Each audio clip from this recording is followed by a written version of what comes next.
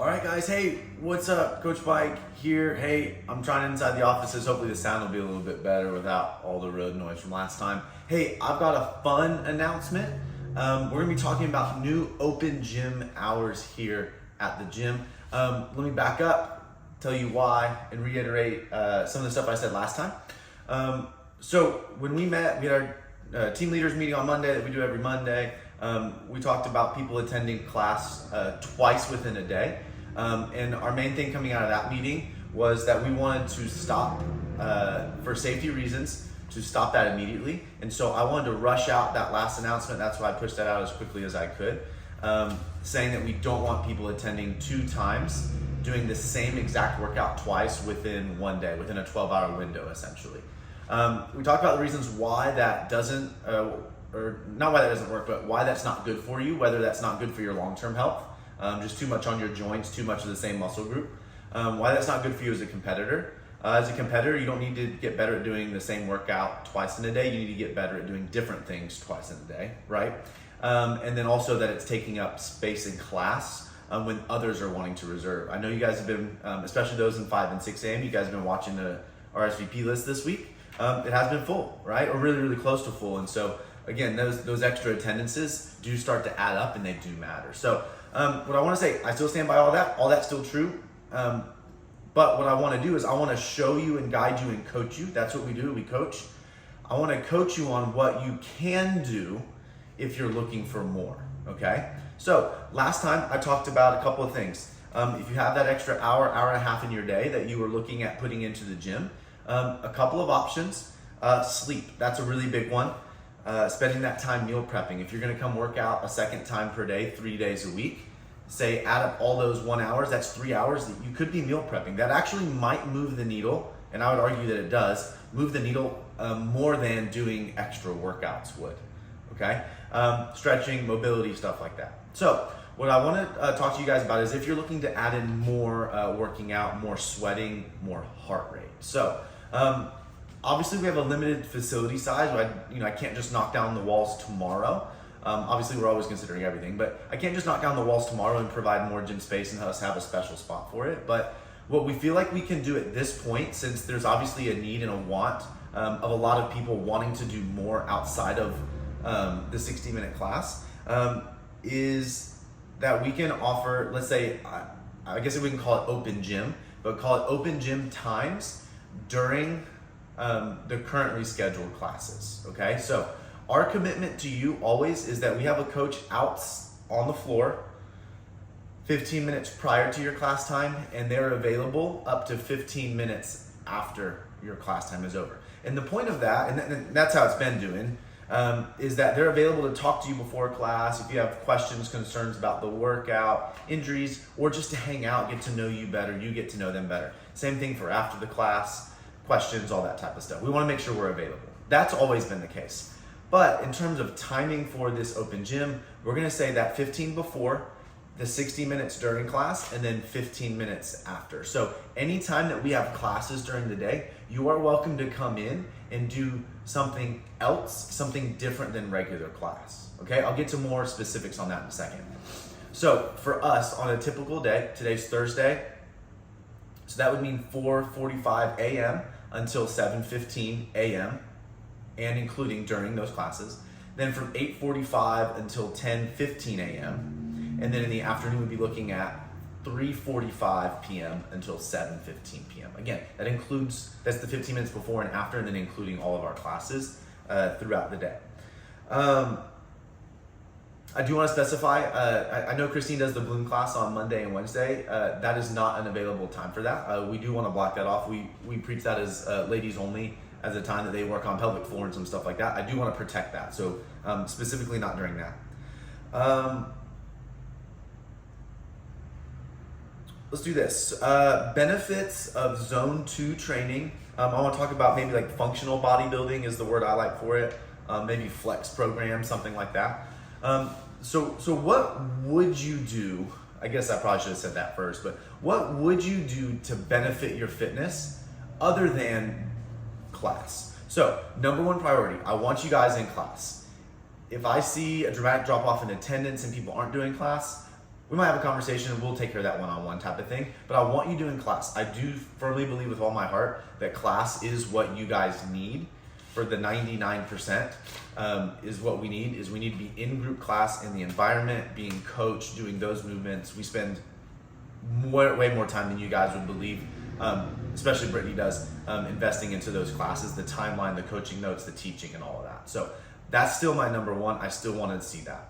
But if you were to add something physical, options, things to add would be zone 2 training. So zone 2 is just kind of a classification. Like zone 1, me right now, I am in zone 1. My heart rate is beating, I am alive, thank goodness, but I'm in zone 1. I'm relatively calm, I'm not worked up, I'm not heightened, I'm not out of breath, right? Zone 1 is you're sitting, resting, standing, most likely for most people is zone 1. Zone 2 is I'm working. So this would be like not just a walk, but like a brisk walk or a weighted walk, maybe even biking, rowing, depending on the movement. If you do it slowly and quickly, maybe even like bodybuilding, like doing some curls and stuff like that with sets in between. You could even put that in like the zone 2 category. I can have a good conversation with somebody one sentence at a time. I'm probably not singing or monologuing, but I can have a full conversation with somebody one basic sentence at a time. Zone 3 would be like, I can slip in 2 or 3 words every little bit and talk to somebody in that manner. That would be a zone 3. Zone 4 and 5, that's your pushing maximal. Maybe you can slip out 1 word here and there. Yeah, coach, type of thing. Or zone 5 is like you're laying on the floor and you can't talk at all. But if we go all the way back, zone 2, the benefit of training in zone 2 or doing a lot of zone 2 training, number 1 for me is that's a big area for fat burning. Yes, it increases your fitness. It'll increase your lower level capacity, bigger bottom of the pyramid so you can build higher on the fast stuff. But the main thing here is that it has your body switch over from using sugars, carbs, your glycogen storages as an energy for fuel, as an energy source. It switches over to burning fat, okay? Hopefully that perks your ears up. So for those that are trying to lose weight, zone 2 is a solid way to do that, okay? Specifically zone 2 for about 40 minutes or more. Really, you gotta get up over that 40-ish minute mark is when the magic starts to happen. Before that, your body is burning most likely for most people is burning sugars, carbs, glucose, all the same thing, okay? Your body is burning through your glycogen storages, all right? What you've recently eaten. But as you get over that 40-minute mark, that's when the long-term starts to take over, your oxidative state.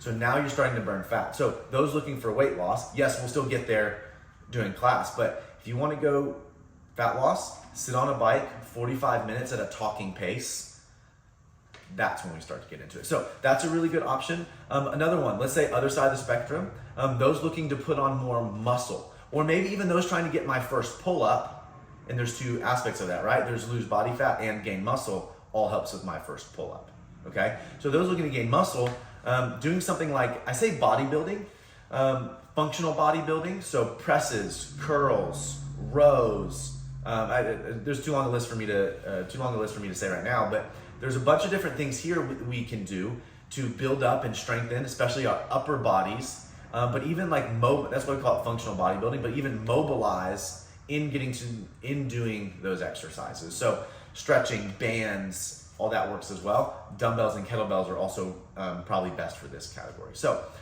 I want to provide all this talking. I want to provide an opportunity for you guys to do that in a healthy way. And that's why it's taken us a little bit to punch this out. And this is Thursday that I'm talking to you, is we wanted to make sure we got this right. So I told you the schedule. I still don't have exact details on what we're going to provide for you guys, but we're looking to add in a track and sugar WOD for you guys, potentially calling it like a flex program, but it would be stuff like this and suggestions so you know what to do. But that would be in there as well. Another great opportunity that you guys can use this time for is to do your homework for those that are a patient of Dr. Ryan at Elevation, those that are working with Christine and Bloom, or another physical therapist. Your benefits here is they likely are giving you homework of strength, resistance training, bands, stretches, dumbbell, kettlebell stuff, right? We want you to provide a space and an area to do that. Since you guys are paying for memberships here, we would love for you guys to be here. Okay. Here's my dad moment, and then I'll wrap it up after that. Dad moment. This is a privilege, so this is something that we're adding. We are technically testing this, so I do want to reserve the right to pull it away if this gets completely out of hand.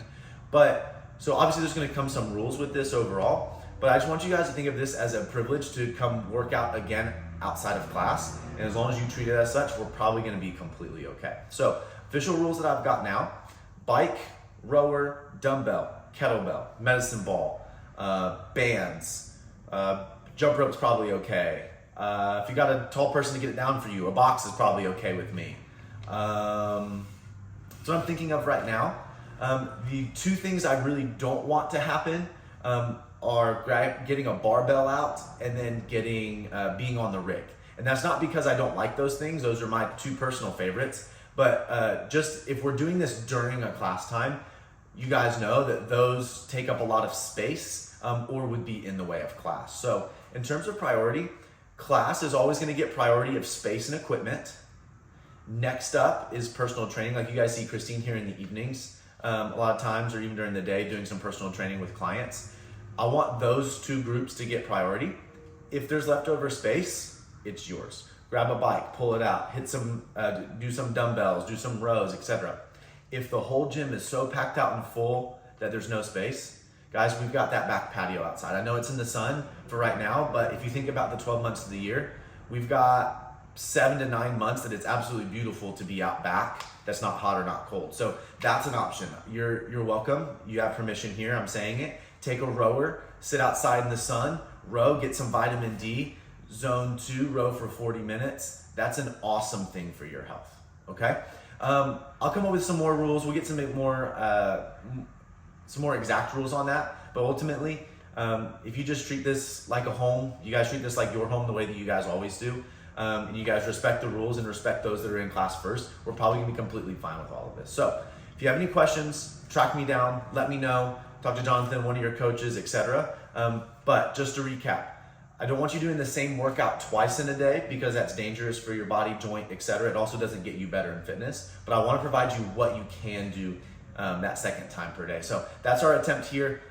We'll be pushing more details, ask all your questions away, and teaser all the way at the end that I promised. We're looking into, so no guarantees, we are looking into a software that allows an app to do access, 24/7 access. So that would be after hours, in between hours. That's not a guarantee. It does require a pretty significant financial investment from our side of things. So that would most likely, again, I don't want to say guarantees, but most likely be a small upcharge. If you wanted it, we would make that an optional thing. Pay a little bit extra per month for something like that. So if you're interested in that, let us know, be super vocal about it, to myself especially, so we can kind of gauge some interest to see if that's worth doing. You guys are interested. But I'm definitely open to that, and we're exploring that. Again, that's not gonna be a tomorrow thing, that's gonna be in a couple of months thing if we do that, but I'd have to know that you guys would be interested. So if you are interested in that, let me know, we'll look into it. We'll keep looking further into it. But in the meantime, 15 minutes before, all during class, 15 minutes after, that's yours. If there's extra space, we want you to use it. We want to be a safe space. We want to be the space that you guys come hang out with. We want to be the cool spot in Hazlitt. So come on, you don't have to train to hang, and your environment is key. All right, guys, thanks for listening. Thanks for sticking with me, and let me know if you got any questions.